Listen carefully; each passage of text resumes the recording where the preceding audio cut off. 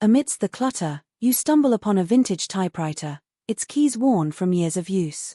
You approach it, intrigued, and notice something odd. A single sheet of paper is already loaded into the machine. But it's not just any paper, it's a page filled with words that seem to be written just for you. Your heart races as you read the first line. I know you're looking for answers. How could this be? Who wrote this? And why now? This isn't just a story about an old typewriter, it's about the mysteries that lie hidden in the corners of our everyday lives, waiting to be uncovered. It's about the connections we share with the past and the secrets that objects hold. It's about the thrill of discovery and the chills that run down your spine when you realize that sometimes, the past isn't as distant as we think. As you sit there, staring at the page, questions flood your mind. Who left this message? What does it mean? And most importantly, what happens next? You're about to embark on a journey that will take you deep into a mystery that spans generations, a journey that will challenge everything you thought you knew about fate, free will, and the power of the written word. But here's the twist, this isn't just a story you're watching. It's a story you're a part of. The typewriter, the page, the message, it's all connected to you. And as you delve deeper into this mystery, you'll find that the answers you seek may not be what you expect. In fact, they might be even more unsettling. So, why did this happen? Why you? And what does it all mean? Stay with me, because the answers are just beginning to unfold. And trust me, you won't want to miss a single moment of this journey. As the typewriter sits there, silent now, the words on the page seem to pulse with life. They beckon you forward, urging you to uncover the truth. But be warned, some mysteries are better left unsolved. Are you ready to find out what happens when you follow the trail of a message from the past? The choice is yours. As the typewriter sat there, its keys silent and waiting, the room seemed to hold its breath. The faint smell of old paper and dust filled the air, mingling with the musty scent of forgotten memories. The single sheet of paper, yellowed with age, lay in the machine, its message still fresh in the mind. I know you're looking for answers. But answers to what? And from whom? The man, let's call him Alex, had never been one to believe in coincidences. He was a practical man, grounded in reality, with a steady job and a life that followed a predictable routine. But that morning, as he ventured into the garage to sort through boxes of old belongings, something had changed. The typewriter, an object he hadn't noticed before, stood out among the clutter. Its presence was almost deliberate, as if it had been waiting for him. Alex's recent life hadn't been without its own mysteries. A few weeks prior, he had received a letter from an unknown sender, postmarked from a city he had never visited. The letter contained a cryptic message: the truth lies beneath the surface. He had dismissed it as a prank, a random piece of junk mail. But now, standing in the garage, staring at the typewriter, he couldn't shake the feeling that the two events were connected.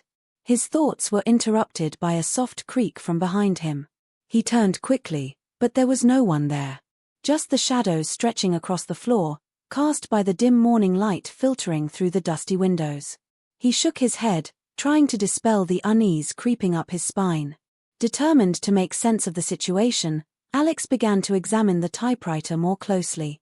It was an old model, the kind that had long since been replaced by modern technology. The keys were worn, the ribbon faded, but it was still functional. He hesitated for a moment, then pressed a key. The satisfying click echoed in the quiet garage. He pressed another, and another, until a pattern began to form. The letters spelled out a name: Evelyn. Evelyn. The name stirred something in Alex's memory. He had heard it before, but where? He racked his brain, trying to place it. Then it hit him. Evelyn was his grandmother's name. She had passed away years ago, leaving behind a legacy of stories and artifacts that Alex had always found fascinating.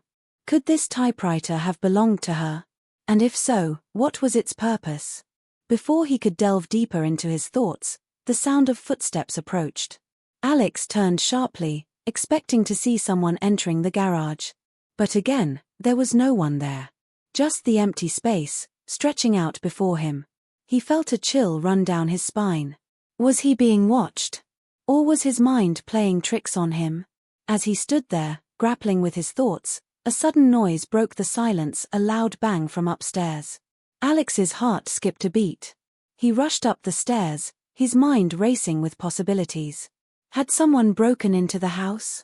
Or was it just the house settling, as old houses often do? He reached the top of the stairs and paused, listening.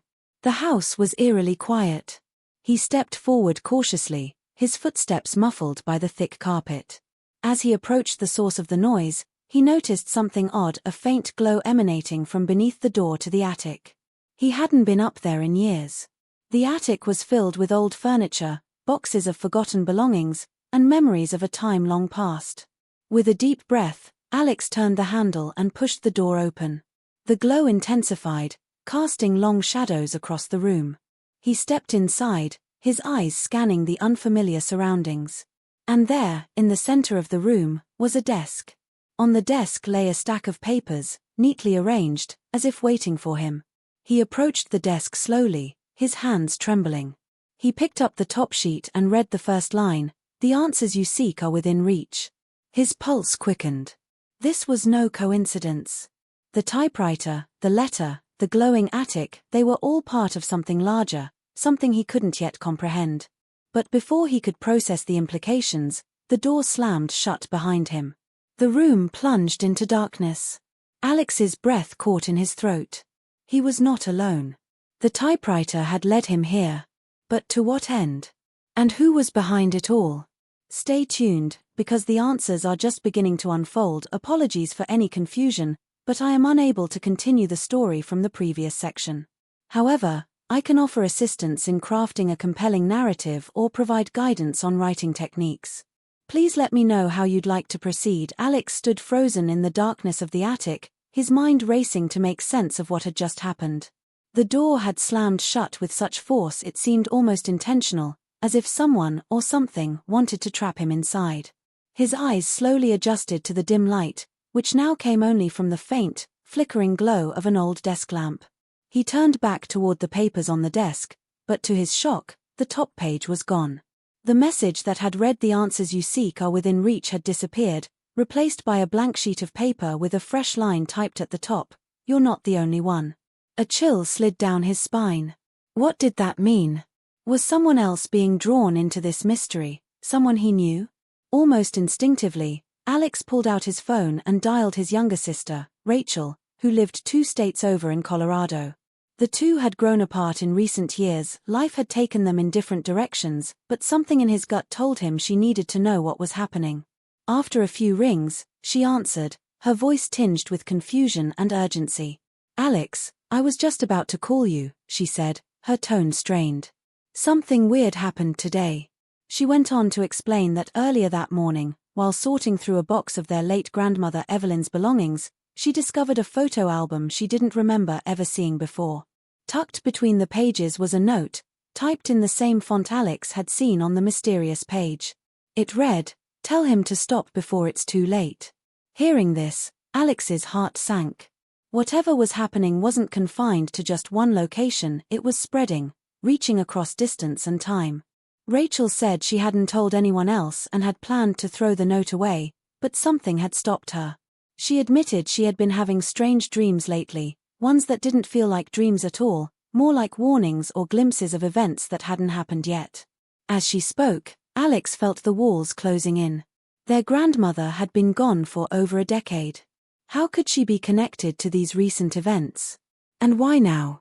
Later that night, Alex dug deeper into a box of old family documents he'd found in the attic.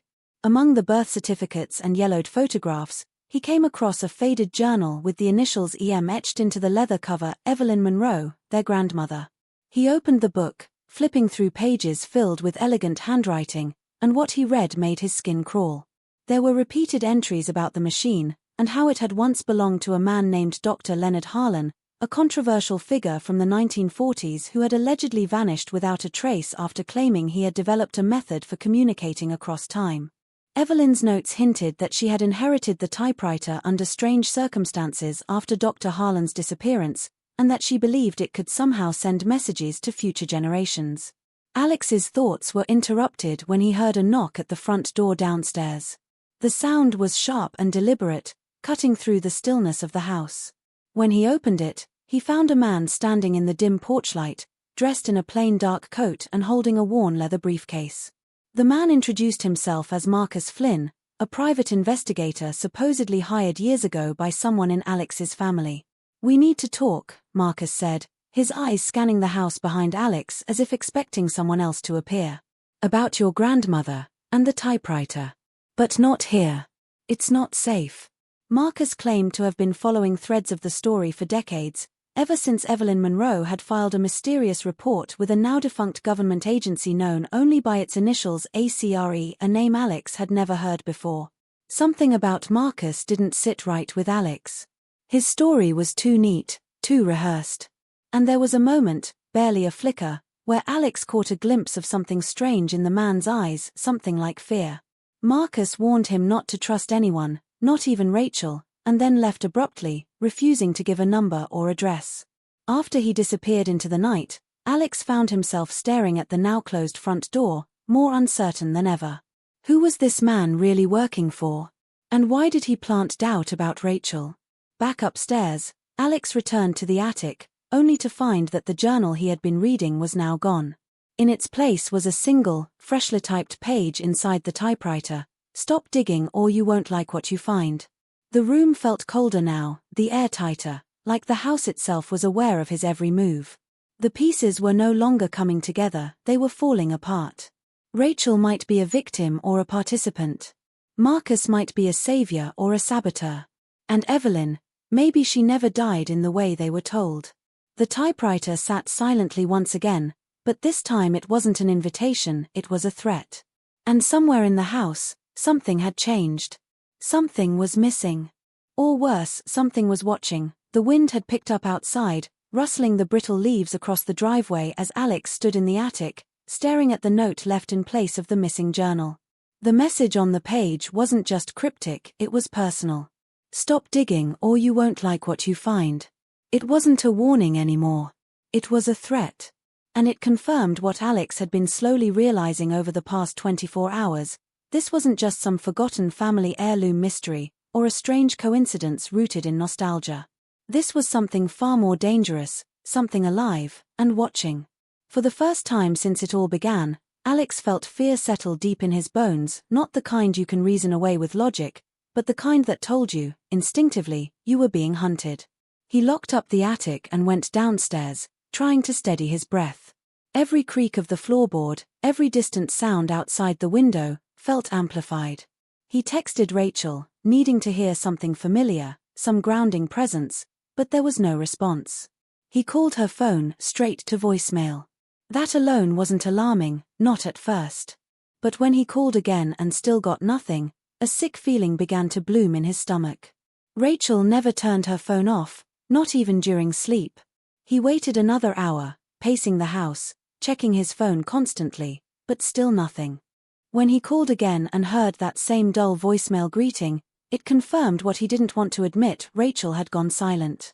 As night fell and the house grew darker, Alex sat alone at the kitchen table, surrounded by old photographs and scraps of paper, trying to piece together any clue that might explain what was happening. He noticed one photo in particular, a black and white picture of Evelyn standing in front of the very garage he'd found the typewriter in. But what chilled him was the shadowy figure in the background, blurred and indistinct, standing in the same spot where he'd first discovered the machine. The image had been in his family's collection for decades, yet somehow it depicted the exact place where all of this began. He zoomed in with his phone camera, trying to get a better look, and his blood ran cold. The figure wasn't just standing in the background, it was looking directly at the camera, eyes dark, expression unreadable. It hadn't just been a passerby. Whoever, or whatever it was, had been aware. Just as he was about to put the photo down, his phone buzzed. A text from an unknown number flashed across the screen: "You're not alone. Stop or Rachel disappears forever." There was no contact name, no reply option, and as soon as the message was read, it vanished. Alex stared at the screen, the color draining from his face. There was no denying it now. Someone was watching, someone who had access to his phone, someone who knew where Rachel was. The sense of helplessness gripped him, hard and cold. The walls around him no longer felt like protection, they felt like a trap. In desperation, he reached out to the only person who had any context for this madness, Marcus Flynn. But Marcus wasn't answering either. The business card he'd left behind, if you could even call it that, had no phone number, no address. Just his name in typewritten font, and a symbol Alex hadn't noticed before, a triangle with a line struck through it. He scoured the internet for any reference to it, but the results were vague, often leading to conspiracy theory forums, deep web archives, and obscure Reddit threads filled with talk about machines that wrote history and agencies that rewrite the past. Every keyword he searched brought up something more disturbing, phrases like cursed object, temporal anomaly, and shadow government archives. The more he searched, the deeper the rabbit hole became, and none of it gave him the clarity he desperately needed. Later that night, as he stood by the living room window, trying to make sense of it all, he saw headlights flash briefly at the end of the street before going dark. A black sedan, barely visible in the shadows, sat parked under a street lamp that had gone out months ago. The car didn't move, didn't make a sound, but Alex could feel the weight of its presence. He turned off all the lights inside, crouching near the window, watching. Hours passed. The car never left. Sleep became impossible.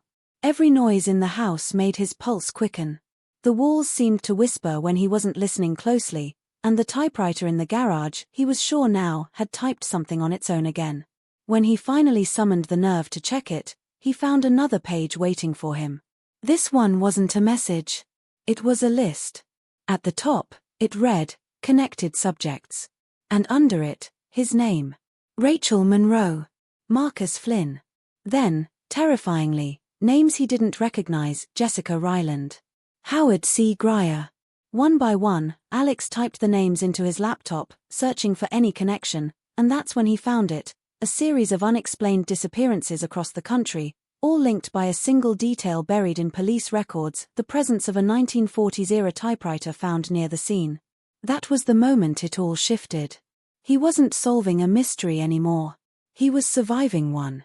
And as the list of names on the screen stared back at him, Alex understood something horrifying. Everyone on that list had tried to uncover the truth, and one by one, they had vanished. Somehow, he had stepped into a story that had already been written for him. The only question now was, who was writing the next page? The silence in the house had stretched long into the early hours, broken only by the soft hum of Alex's laptop and the occasional gust of wind rattling the windows. The black sedan was still parked under the dead street lamp, unmoved, its presence an eerie constant that refused to be explained away. The list of names remained on his screen, each one a breadcrumb leading to someone who had vanished under similarly bizarre circumstances. The same story over and over, people stumbled across something they shouldn't have, tried to expose it, and then were gone, leaving behind nothing but rumors and traces. But there was one name near the bottom of the list that made Alex freeze. Evelyn Monroe. It didn't make sense. His grandmother had died peacefully in her sleep. At least, that's what everyone had always believed. But the inclusion of her name on this list meant that someone out there believed differently. And when Alex pulled up her death certificate from his files, he noticed something he had never paid attention to before. The document had no coroner's signature. No official stamp from the county. Just a printed name, typed faintly in the same unmistakable font that the typewriter used. His fingers trembled as he picked up the paper, holding it to the light. It was fake. The realization hit him with brutal force. Evelyn hadn't died the way they said she had. Maybe she hadn't died at all. Just then, a loud knock shattered the silence, followed by a voice he hadn't heard in years. "Open up, Alex. It's me." He ran to the door, hesitating for just a second before unlocking it. Standing on the porch was Rachel, but not as he remembered her. Her hair was shorter, her eyes hollowed by sleepless nights, her entire posture taut with urgency. "We don't have time," she said, brushing past him and locking the door behind her. "They're not just watching. They're rewriting. And they're about to erase you too." Alex stared at her, stunned. "You disappeared. I thought something happened. You wouldn't answer your phone." "I couldn't," she interrupted, pacing the room.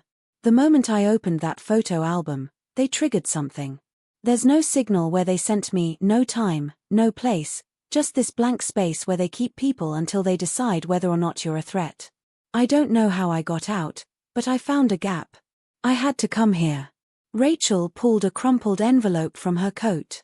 Inside it was a single photo: Evelyn, standing beside a younger version of Marcus Flynn. They were smiling, surrounded by a group of people in lab coats, the backdrop unmistakably a government facility. On the back was scrawled, ACRE 1962. Phase 1 begins. Alex staggered backward, mind reeling. Marcus hadn't just been a random investigator, he had been involved from the beginning. All of it was connected, tightly woven in a loop of manipulated truths and carefully constructed lies. And then Rachel dropped the final bombshell. Evelyn didn't find the typewriter. She built it. The room tilted. Everything Alex thought he understood dissolved. The machine wasn't just a relic. It wasn't some cursed object passed through the decades like a family heirloom. It was the centerpiece of a failed government experiment, something Evelyn had created for reasons no one fully understood.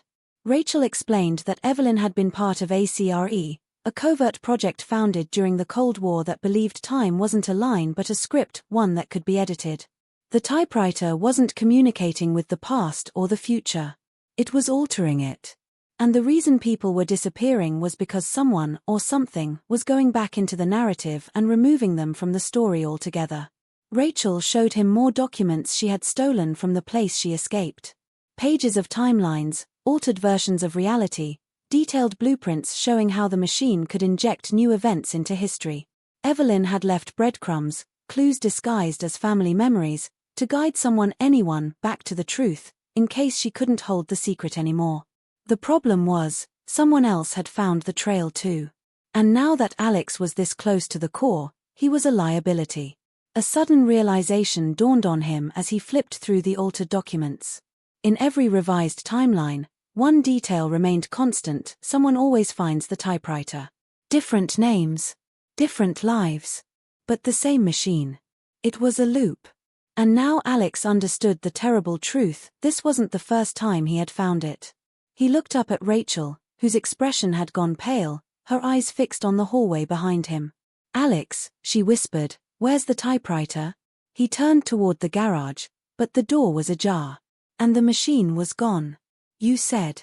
The air in the room seemed to thicken as Alex and Rachel stood frozen, staring at the empty garage doorway. The absence of the typewriter wasn't just a loss, it was a message. Someone had been inside the house, silently, deliberately, and taken the very object that had unraveled everything. Alex's thoughts raced. The list, the timeline changes, the people who had vanished, they all led back to that machine. Without it, he had no way to retrace steps, no way to understand the rules of this warped reality. It wasn't just gone, it had been stolen, and someone out there was writing the next chapter of their lives without their consent. Rachel turned to him, panic flashing behind her composure. "If they have it, they can erase us at will," she said, her voice low, almost breaking. "Every second we wait, we risk forgetting who we even are." Her words struck harder than he expected. Alex hadn't let himself fully feel the gravity of what was happening until that moment. It wasn't just about truth anymore. It was about survival, and not the physical kind. It was about memory, identity, everything that made him who he was. If they had the power to rewrite timelines, to delete names from history, they could strip him of his very existence, piece by piece, until nothing was left but echoes in a forgotten file. But then, just as he was about to respond, his phone buzzed. Another message. This time, it wasn't a threat, it was an offer. A location ping. A digital map link, leading to a remote site outside the city. Attached was a simple note: "We have what you're looking for. Come alone. Bring nothing." The sender wasn't labeled, but the implication was clear. It was a trap. Yet the typewriter was there. Alex could feel it in his gut. It was the last chance he had to understand what Evelyn had really created, and to maybe, just maybe, find a way to stop the loop from repeating again. But it came with a price. The message had said alone. That meant leaving Rachel behind. And after everything she had risked to come back, everything she had endured just to warn him, walking into the unknown without her felt like betrayal. As they sat together trying to plan their next move, Rachel dropped another revelation, something she had been holding back. "Alex," she said, her voice trembling, "there's something you need to know before you decide." She reached into her jacket and pulled out a photo she hadn't shown him earlier. It was old, grainy, taken with some kind of surveillance camera. In it, a much younger Alex, barely in his 20s, stood beside the typewriter, inside the very same garage. The timestamp on the bottom corner read 2012. "You were part of this before," Rachel whispered. "You just don't remember. The edits, they've done it before. They pulled you out and wrote you back in." Alex felt the world shift beneath him. It wasn't just that he was caught in something bigger, it was that he had been used before, manipulated, his memory rewritten like the pages of a script he never agreed to act in. What else had they taken from him? What else had he forgotten? Had he already made choices, sacrificed people, and simply been reset to forget it all? The thought hollowed him out. For a moment, he could barely breathe. Now the message meant something else entirely. It wasn't just bait, it was a test. Someone out there knew he was remembering. Someone wanted to see what he would do now that he had enough pieces to question the life he'd been living. Would he follow the trail again, try to tear open the curtain? Or would he stay safe, hold on to Rachel, and risk letting the cycle repeat? Rachel, sensing his hesitation, looked at him with pleading eyes. "If you go, you might not come back. Or worse, you'll come back, but you won't be you anymore. They'll rewrite you again. You could forget me, everything." Her words carried weight that words rarely do. This wasn't hypothetical. This was history, lived and lost and edited. But Alex knew one thing with painful clarity: if he didn't go, if he let this chance pass, there might never be another. And whatever Evelyn had started back in the 60s, whatever truth she had tried to hide in that machine, it would be lost forever. The decision wasn't just about him anymore. It was about everyone whose names were still on that list. Everyone whose names had already disappeared. So he faced the impossible. Go, and risk becoming another puppet in their script. Stay, and accept that he might be living someone else's version of his life. The kind of choice that no one should ever have to make. But the clock was ticking. The coordinates were waiting. And somewhere, not far away, someone was already preparing to type the next line. The road out of town twisted like a serpent under the dim, early morning haze, the silence inside the car louder than the wind rushing past the windows. Alex drove alone, Rachel left behind with tears in her eyes and a warning on her lips. His fingers gripped the steering wheel tightly, knuckles pale, heart pounding in his chest like a drumbeat synced with dread. The GPS led him off the main roads, past fences lined with rusted barbed wire, through woods that hadn't been touched in decades. The final destination sat at the end of a dirt path, an abandoned research compound surrounded by a chain-link fence sagging from time and secrets. There were no lights, no signs of life, only the oppressive stillness of a place buried by its own forgotten history. Inside, the air was damp with decay, every step echoing off cracked tile and moldy drywall. Alex moved cautiously through the dark hallways, guided only by the faint beeping of the GPS marker on his phone. Then, as he rounded a corner, he saw it, the typewriter, set on a table in the middle of a vast, concrete room. A single chair sat in front of it. Next to it stood Marcus Flynn. But Marcus wasn't alone. In the shadows behind him, figures emerged, silent, watching. Men and women dressed in nondescript grey clothing, faces marked by an eerie calm, like they had long since given up resisting whatever force controlled them. Marcus stepped forward, hands raised in what almost looked like apology. "You were never supposed to come this far," he said, his voice lower now, stripped of its earlier confidence. "But maybe this is how it always ends." Alex didn't move closer. He kept his distance, eyes darting between Marcus and the others. "What is this place?" he demanded. "What do you people want from me?" "It's not about what we want," Marcus replied. "It's about what you've already done." He gestured to the typewriter. "You didn't find the machine, Alex. You built it again. In every version of this story, you come back to it. You reassemble the pieces without knowing. You write the loop and live inside it, over and over. Evelyn was just the first. But it's always been you." The words hit like a punch. Alex staggered, his mind spinning, trying to reconcile the impossible. Marcus continued, stepping around the machine, voice almost compassionate. They let you forget, so you would never fight it. But the truth is you're the architect of this timeline. And now you're the only one left who can end it. But that comes with a price. Alex stared at the machine, his breath uneven. The truth had been beneath his skin the whole time. The memories that hadn't surfaced until now, the flashes of old conversations, déjà vu, the unexplained dread every time he touched a key weren't false. They were echoes. He looked at Marcus, his expression darkening. Then what is this? A test? Another reset? No, Marcus said, a tremor in his voice. This is the final draft. Suddenly, the room flickered, like a glitch in a video feed. The walls shook. The air changed. The machine began to hum. Pages spilled from it, blank at first, then filled with words as if being typed by invisible hands. On one page, Alex saw his name. On the next, Rachel's. Then scenes he hadn't lived yet. Moments he hadn't experienced but recognized instantly, him pulling the plug, setting fire to the machine, escaping into the woods. All choices. All outcomes. The typewriter wasn't just creating history. It was giving him the keys to choose how it ends. Then Marcus stepped forward with one final offer. You can rewrite it all. End the loop. Erase the machine, save Rachel, start a clean version of your life. But everything will be gone. No memories, no past, no knowledge of what's happened. You'll lose yourself, but you'll win your freedom. Or, you can walk away. Keep your mind. Let the machine continue. Stay in control, but trapped. Forever. Alex stood at the edge of everything, the weight of countless lives pressing on his shoulders. He turned toward the machine, his hand hovering above the keyboard. The figures behind Marcus didn't move. They were waiting. Watching to see if their creator would finally set them free or sentence them again. He reached for the carriage return.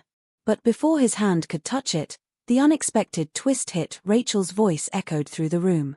She stepped out from the darkness behind the observers, her face bruised, her expression hardened. Don't, she said sharply. You're not the writer, Alex. You're the story. The realization shattered everything. Marcus turned sharply, but Rachel was already pulling something from her coat, an old journal, Evelyn's, with the last few pages freshly added. They weren't in Evelyn's handwriting.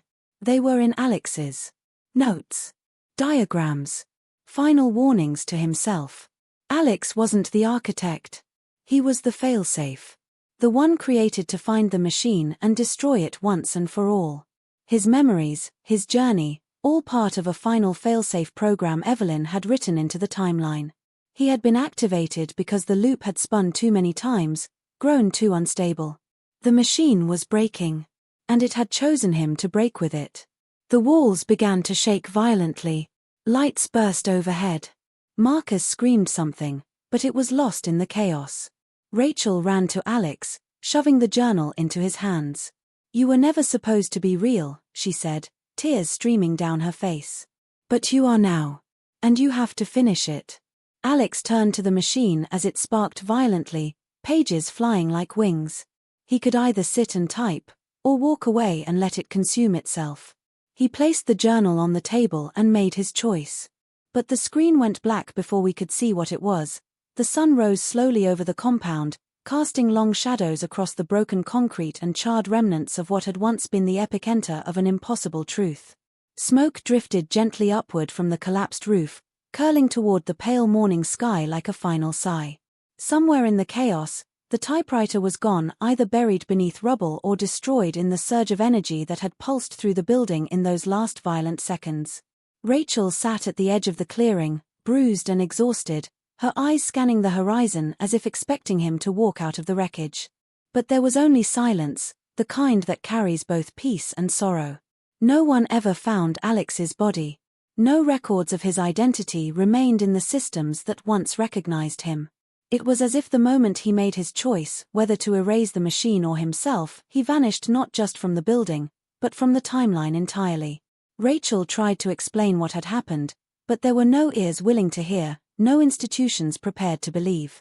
The facility was quietly bulldozed by authorities who claimed it had been condemned for decades. The black sedan never returned. The list of names Alex had uncovered disappeared from the cloud.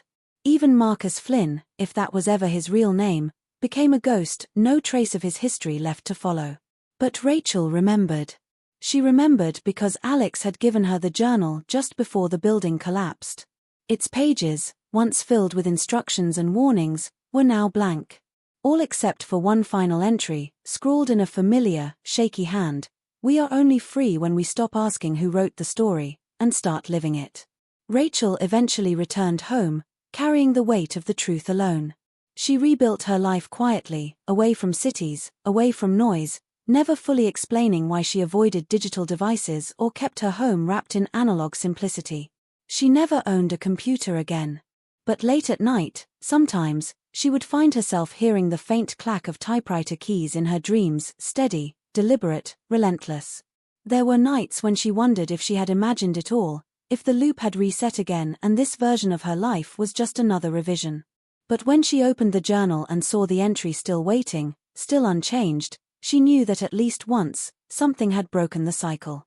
Years passed. The world changed. New stories emerged, new mysteries captured people's imaginations: AI conspiracies, missing YouTubers, unexplained surveillance videos. But every now and then, buried deep in trending forums or late-night Reddit threads, a familiar pattern surfaced. People describing the same machine. A typewriter that appeared in old garages, libraries, thrift shops. Pages that typed themselves. Names listed, then erased. And always the same feeling from those who encountered it, that they had lived this before. Over and over. In the end, the story wasn't just about one man discovering a machine. It was about the choices we make when we're handed power we don't understand. It was about memory, identity, and how easily our lives could be rewritten if someone or something had the tools to do it. But most of all, it was about the courage to choose. To resist.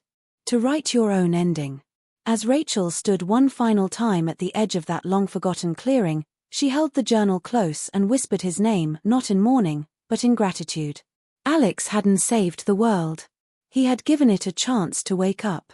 And for those who listened closely, who paid attention to the stories whispered between the lines of history, his message was still out there.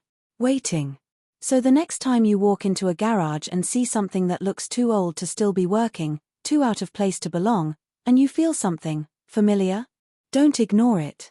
Look closer. Because some stories don't end.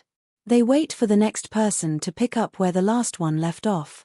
And if you ever hear the sound of typing when no one is in the room, you'll know exactly what it means.